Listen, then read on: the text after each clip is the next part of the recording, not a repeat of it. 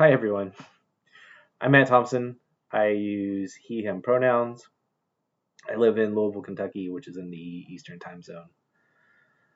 Um, for quite a while, issues about policing, justice have been important to me. This is something that we keep seeing in the news daily where people are assaulted or killed by some type of officer. It is just ongoing. It's an ongoing problem. Uh, and I'm very interested in finding ways to prevent that.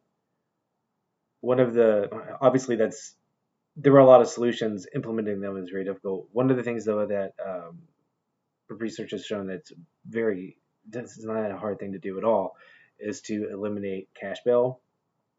With cash bail, someone could commit a crime, pay for bail, and then get potentially committed a crime, pay their bail, and then they get out on the streets. This doesn't always have a lot of bearing on whether that person is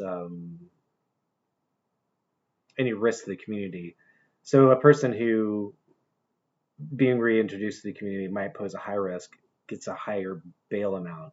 But if they have enough money, then they just get out. Whereas someone who represents little to very maybe even no threat to the community who commits a minor crime, if they don't happen to have enough money, then they just stay in jail. And sometimes they stay in jail until a judge lets them out. Sometimes they stay in jail until they have a trial. That can be weeks, that can be months. These are types of things that lead to job loss. They disrupt families. It's just an absolute unnecessary mess. But that's not what I plan on doing in my career. Um, I'm very interested in working with teenagers and young adults. Eventually, I plan to get an LCSW and become a counselor. So what I'm hoping this class will help me understand a much more diverse group of people who I might come into contact with during it while trying to provide some interventions.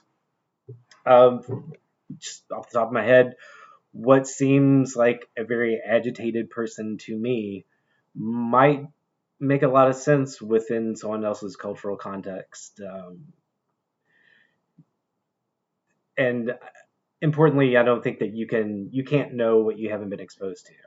And one of the things I'm hoping this class does is not only expose me to some of those things, but also give me a broader framework so that when I do encounter things in the real world, then I have the tools to logically and compassionately think about why people are responding to events in certain ways.